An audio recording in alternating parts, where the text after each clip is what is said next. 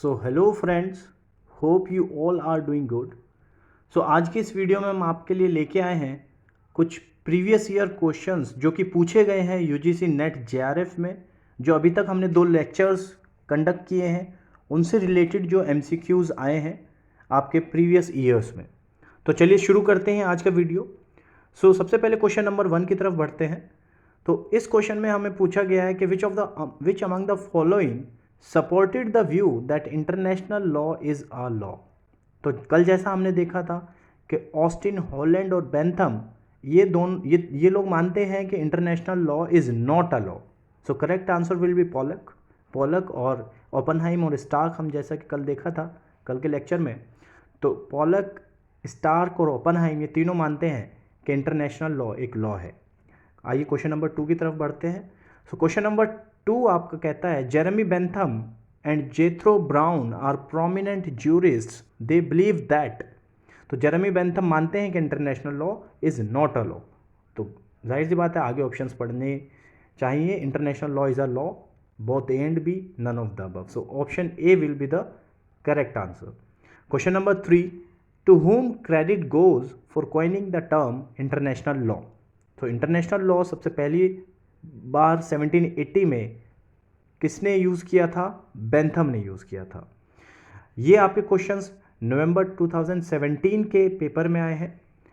Question number 4, which of the following jurist deny legal character of international law.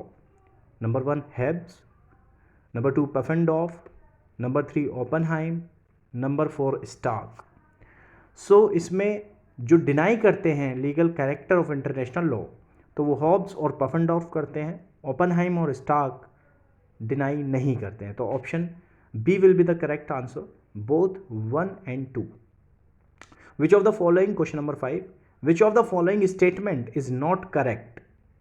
Number 1, इसमें पूछा गया है कि कौन सी करेक्ट नहीं है। Number 1, the word international law was used for the first time by eminent jurist Bentham in 1780. This statement is correct, बिल्कुल सही है। बेंथम ने यूज़ किया था और 1780 में किया था। सेकंड पढ़ते हैं, Stark has remarked that international law is a living and expanding code. ये स्टेटमेंट सही है लेकिन ये स्टार्क ने नहीं दिया है। This is the trick. ये स्टेटमेंट दिया है चांसलर शेंकी ने, तो ये गलत हो जाएगा। Number 3, Oppenheim has remarked that international law is the vanishing point of jurisprudence. ये स्टेटमेंट ठीक है लेकिन ओपनहाइम ने ये स्टेटमेंट नहीं दिया है। ये स्टेटमेंट आपका हॉलैंड का है, आप सब जानते हैं, तो ये भी गलत हो जाएगा क्योंकि यहाँ पर थिंकर का नाम गलत है। Number 4, Holland has viewed that international law is merely a positive morality. तो पॉजिटिव मोरालिटी की बात की तो है लेकिन ऑस्टिन ने की है, हॉलैंड ने नहीं की है, तो ये भी आपका गलत हो जाएगा। यानी इसमें सिर्फ ऑप्शन 1 इसमें सिर्फ एक ही करेक्ट जो स्टेटमेंट है वो 1 है और ऑप्शंस हमें दिए गए हैं only 3, both 1 and 4, 2, 3 and 4, all of these. तो जैसा कि क्वेश्चन डिमांड कर रहा है नॉट करेक्ट पूछ रहा है, तो 2, 3 और 4 इसमें गलत स्टेटमेंट्स हैं, तो C will be the right answer. अगले जो क्वेश्चंस आ रहे हैं वो जुलाई 2016 के पेपर में आए हैं। Question number 6, who has remarked that it is both practically inconvenient and also contrary to the best juristic thought to deny the legal character of international law। ये आपकी स्टेटमेंट बेरले ने दी है जून 2015 की। अगर हम बात करें उसमें क्वेश्चन नंबर 7 देखिए, इंटरनेशनल लॉ और the law of nations is the name of body of rules which according to the usual definitions regulate the conduct of the states in their intercourse with one another who has given this definition.